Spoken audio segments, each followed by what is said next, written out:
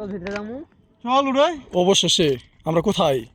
আমরা হাঁস ধরার মাঝখানে। অবশেষে আমরা হাঁস ধরার মাঝখানে, চতুর্দিকে হাঁস ধরা, চতুর্পাশে পানি, মাঝখান দিকে রাস্তা, কিন্তু এটা নাকি হাঁস ধরা, কিন্তু হাসি তো দেখতে পারতেছি না আমি।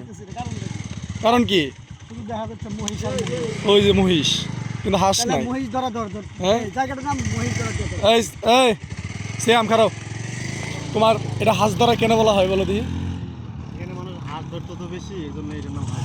হাঁস ধরতো? আমি তো হাঁস দিই না। এখন হাঁস না, আগে হাঁস ছিল। আগে হাঁস ছিল, মানুষ হাঁস ধরতো বেশি, এই জন্য এই হাঁস ধরে ধরে বড় লোক হয়েছে। এখন খালি মহিষ দেখা যায়, হাঁস তো দেখি না। এটা কি মহেশখালী? তাহলে তো কক্সবাজার থেকে তাহলে এটা উঠে উনি নেয় পড়ছে। আচ্ছা, আশেপাশে পানি ছিল, এখন রাস্তা। বুঝলাম না, ওখানে মোটর সাইকেলটা কেমনে গেল? পানির মধ্যে নিয়ে গেছে, ওই যে অন্য একটা প্রজেক্ট আছে। এটা নাকি হাঁস ধরা এলাকা। যাই হোক, এবং কি এটা এখানে শ্বশুরবাড়ি। হ্যাঁ হ্যাঁ হ্যাঁ হ্যাঁ, এটা হচ্ছে আমাদের সুনাম খ্যাত সীমাপার কি জানি যুব উন্নয়নের প্রকল্প থেকে আমাদের পিচ্চি ভাই শ্বশুরবাড়ি। পিচ্ছি ভাই শ্বশুরবাড়ি, হ্যাঁ। আবার এদিকে শ্যামদের বাড়ি। ঠিক আছে, আমরা এখানে জায়গাটা অনেক সুন্দর, আপনারা চাইলে এখানে আসতে পারেন। চতুর্দিকে বাতাস, আমার মনে হয় ওইদিকে বৃষ্টি হইতেছে,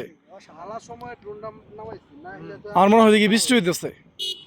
যাই হোক, জায়গাটা খুবই সুন্দর, আপনারা চাইলে এখানে আসতে পারেন। এটা হলো ভাইডাঙ্গায়। তো এই ভাইডাঙ্গার থেকে একটু সাইডে, যেটাকে ভাইডাঙ্গা বাজারে আসার পর যদি কেউ জিজ্ঞাসা করেন যে আমরা এখানে আসতে চাই, চাইলে এখানে আপনারা আসতে পারেন। এখানে প্রচুর বাতাস, আপনার বাতাস দেখলে বুঝতে পারবেন যে কেমন কেমন লাগতেছে, এই কেমন লাগতেছে।